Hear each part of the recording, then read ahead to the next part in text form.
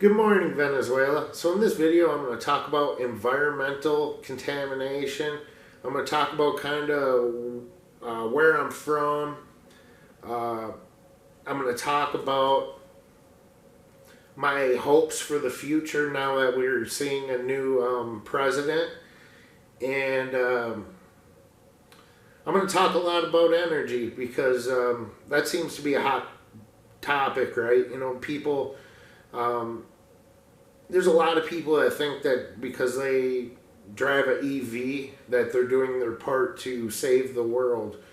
In my opinion, I think that you'd be better off, going once a week and picking up trash on the side of the road. I feel that that would do more for the environment than, purchasing a new vehicle, because I believe most of the green energy is based on money. They just want you to spend them. They want to take you from spending your money here and they want you to spend it over here, right?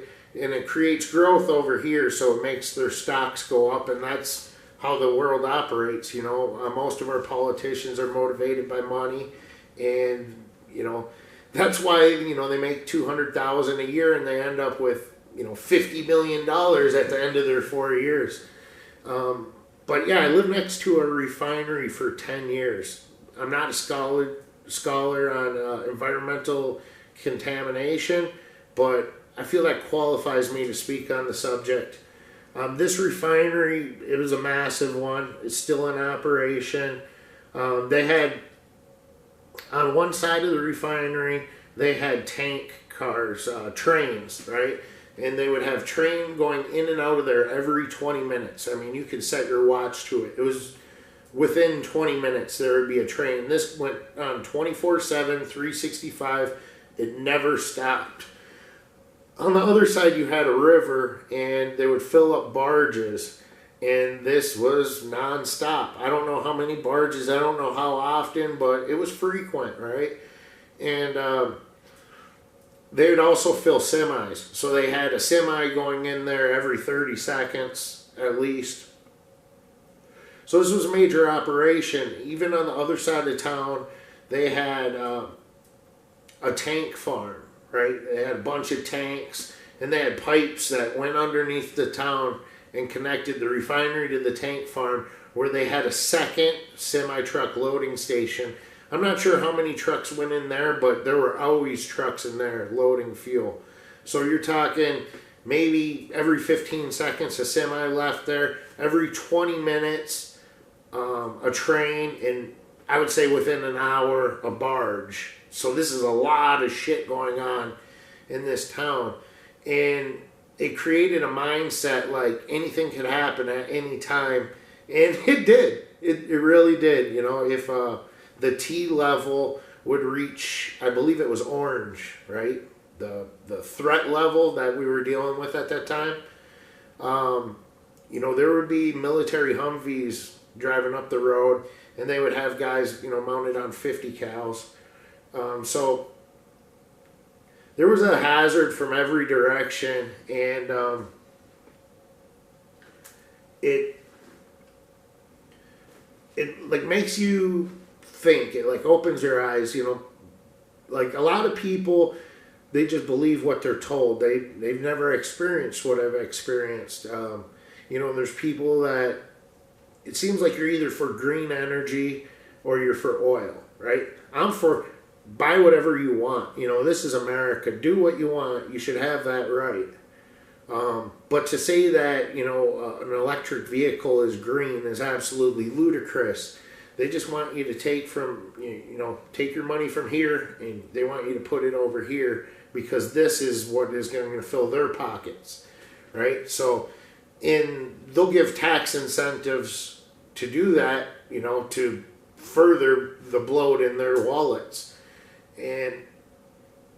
But yeah, like when I lived there, I had my four-wheeler backed into the garage. I had a hazmat suit and a gas mask on the front rack.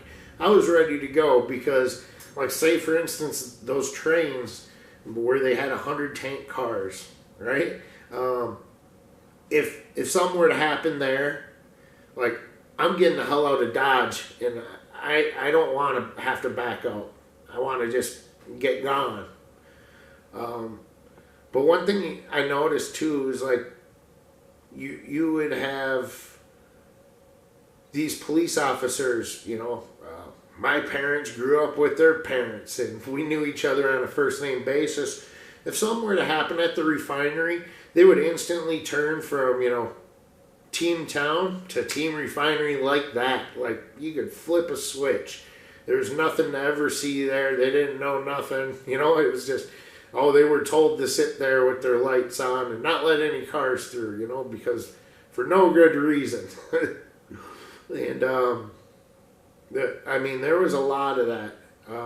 But one thing also is that town was very industrious when I was a kid. My grandparents moved there in 1945. My grandfather got out of World War II. He met my grandma. They moved to this town and they lived there since 1945. And when I moved out, that was the last time that a member of my family lived in that town. But as a kid, I grew up in this town. There was a giant trucking company right in the middle of town. We had a lumber mill. We had a steel mill. We had a candy factory. It just went on and on and on. It was a very industrious city. And the only industry still left in that town is the refinery. The steel mill went to Brazil. The lumber company, I don't know, maybe Canada. Maybe it'll come back. Who knows? Of course, they'll have to knock down that, the low-income housing. I don't even know. It's 1,000 units of low-income housing, where the lumber mill used to be. Just crazy to see that the way things have gone. And, a lot of people are going to say, if they bring all this manufacturing back to this country, who's going to do the jobs? Us, right? Americans. And, they're going to say, well, it's going to be in our benefit if manufacturing does come back to this country. Because one thing, in the 1970s, maybe your parents, if you're my age, maybe your parents worked in a factory, right? And they were treated like shit by their boss. They could flip them the bird and walk a block down the street to the next factory and go get a job where they were treated right. They had options, right? Now it seems like if you're a kid growing up, your only option is to flip burgers. And that's getting replaced by Flippy the robot. They have a little robot there that can do everything. And that's another thing. I think like if Trump wanted to stick it to these companies and really wanted them to hire people, start taxing, if you got Flippy the robot, tax them $20 an hour to have that robot in operation, right? You can pay $20 for the robot, or you can pay $15 to hire a teenager. Everyone looks at cost savings, and that's the reason why they're using the robots. Make it cost ineffective to replace people by robots. And that could be one way that, he can make America prosper. How many jobs have been replaced by self-checkout lines? Like, that was a job that teenagers would do. But now, like, even if you go to the store, it's crazy. You see people in their 80s that are checking you out at the grocery store. It used to be all kids. When I was young and I'd go to the grocery store, it was all younger people. There wasn't the working retired like there are now. But back in the 1970s, there was 2 jobs for every American, right? You could easily tell your boss to go screw himself and go get another job, and you'd be working that same day. That was an easy thing to do back then, and it isn't so much so. I know right now, like a lot of the generation coming up, they're lacking motivation, and you can't blame them. Like, shit out there is tough, it's difficult. The people that are working for minimum wage, like if you've been working for minimum wage for years and years and years, and you haven't found something better, I don't know what to tell you. You aren't looking. I think that, to be honest, I bet you could go to 9 out of 10 fast food workers and ask them how many applications they put out in the past month, and 99% of them would say zero. They haven't put out an application because it seems like that they're pretty content, or they feel that they're stuck in that situation. And